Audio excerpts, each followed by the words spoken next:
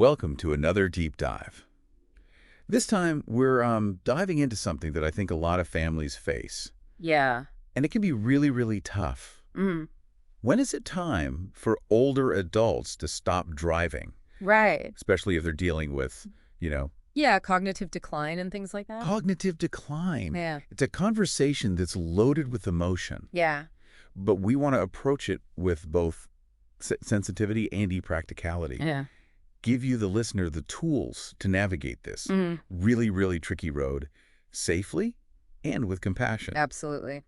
So we're drawing today from a resource Mm. called When Is It Time for Older Adults to Stop Driving? It's a Canadian resource. Yeah. You can find it online, Yeah. but don't worry, the core issues here are universal. Yeah, exactly. While the resource is Canadian, the challenges and principles that it outlines resonate globally. So Yeah. even if you're not in Canada, this deep dive will still be very relevant to you. All right, I want to start with something that might make you rethink some of your assumptions. Okay. Did you know that drivers in their 80s Mm-hmm. have accident risks comparable to teenagers just starting out? Wow, Right. it's a surprising parallel, isn't it? Yeah. Because we often focus on the physical changes of aging, Right. like eyesight, but it's more than that, right? Yeah. Reaction times slow down, decision-making Sure. becomes less sharp, Right. and even flexibility impacts how someone can physically control a car. So Yeah. these are all crucial factors that affect driving ability as we age. And it's not just numbers on a page, is it? No, This is someone's independence, absolutely. their identity, Their right? identity. Their ability to live life on their terms. Yeah, It's big. absolutely. And the impact of stopping driving isn't just on the senior, right? No. The caregivers Yeah. and family are deeply affected as well. Sure. That's why open communication and early planning are so crucial. Okay. The resource stresses this. Urging families to start conversations early, even in the early stages of dementia. I can see the logic there, starting early to avoid those high-pressure moments Well, exactly. when it's already become unsafe. Yeah. But how do you bring that up? Yeah. Is there a right way to even start? I mean, there's no script, but the resource does highlight a few strategies. Okay. One is to focus on observing changes Okay. in older adults' driving anxieties or habits. Okay. Maybe they're suddenly nervous about night driving or getting lost on familiar routes. These can be early signs that a conversation is needed. So it's about spotting the subtle cues, Right. not waiting for the accident. Right. But let's be honest, emotions run high Yeah. in families. Yeah. What if these conversations become too heated? Right. Is there a role for someone outside the family? Absolutely. The resource explicitly suggests involving other family members Okay. and, importantly, healthcare professionals. They can provide objective assessments, which can be incredibly valuable when emotions are running high. Sure, having a doctor weigh in Right. as that level of authority and neutrality, right? Exactly. That's hard to get within the family sometimes. Yeah. So it sounds like we're building a team here, a support network A support network. around the senior and the family. Yeah, that's a great way to put it. This is a journey, not a one-time decision. Now, the resource talks about formal driving evaluations. What does that actually entail? Yeah. I imagine it's more than just a quick eye exam. You're right. Right. Wow. These evaluations, often conducted by licensed professionals or through relevant authorities, assess a range of skills, right? Right.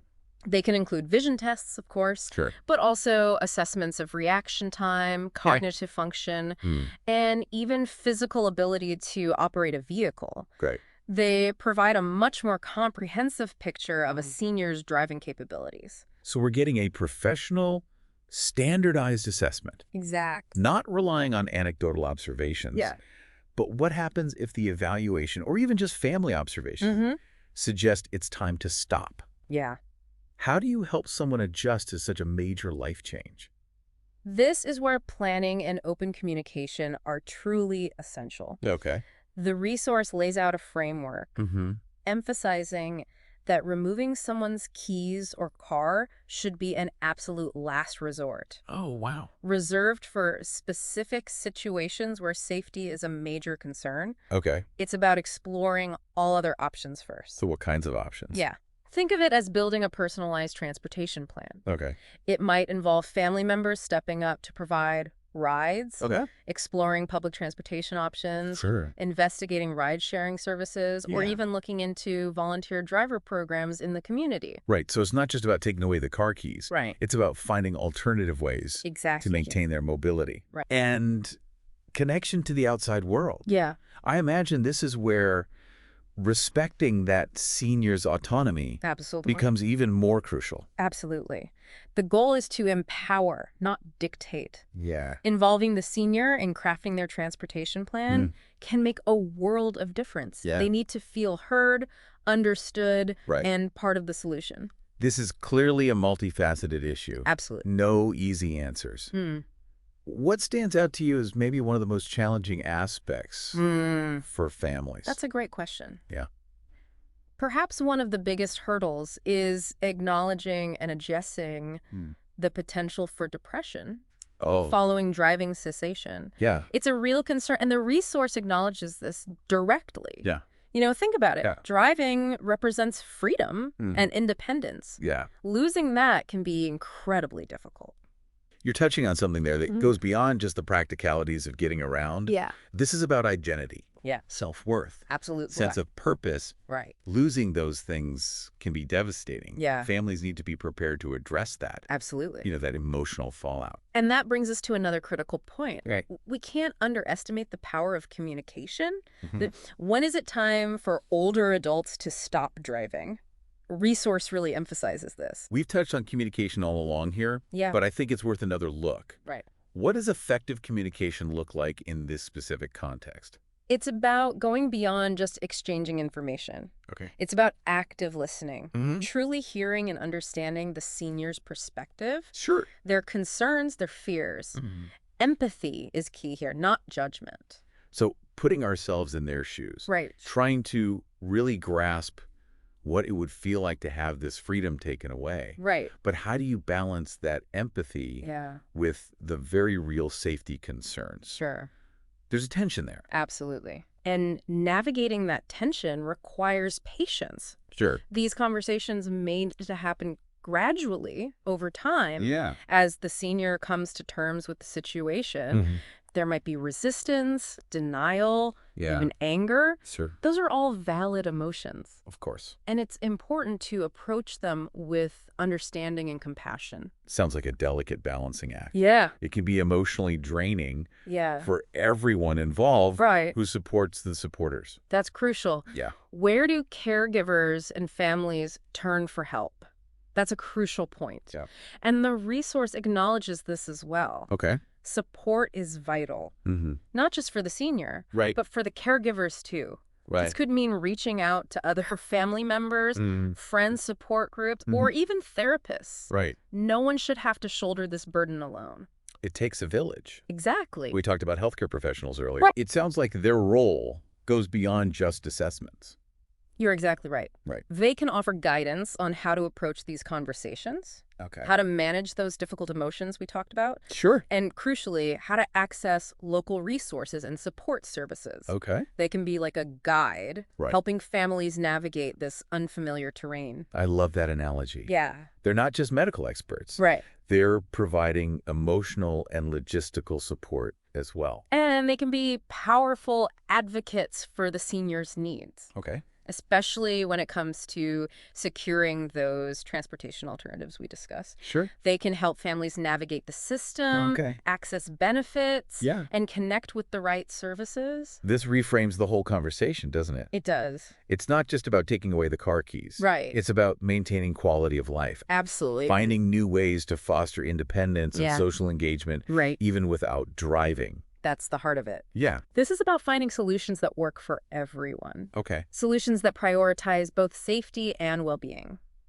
It strikes me that there's an opportunity here for real creativity. Absolutely. You know, we often think of transportation in these limited terms. Yeah. Car or no car. Car or no car, right? But there's this whole spectrum of possibilities Exactly. in sentencing. It could be a chance to explore public transportation, Yeah.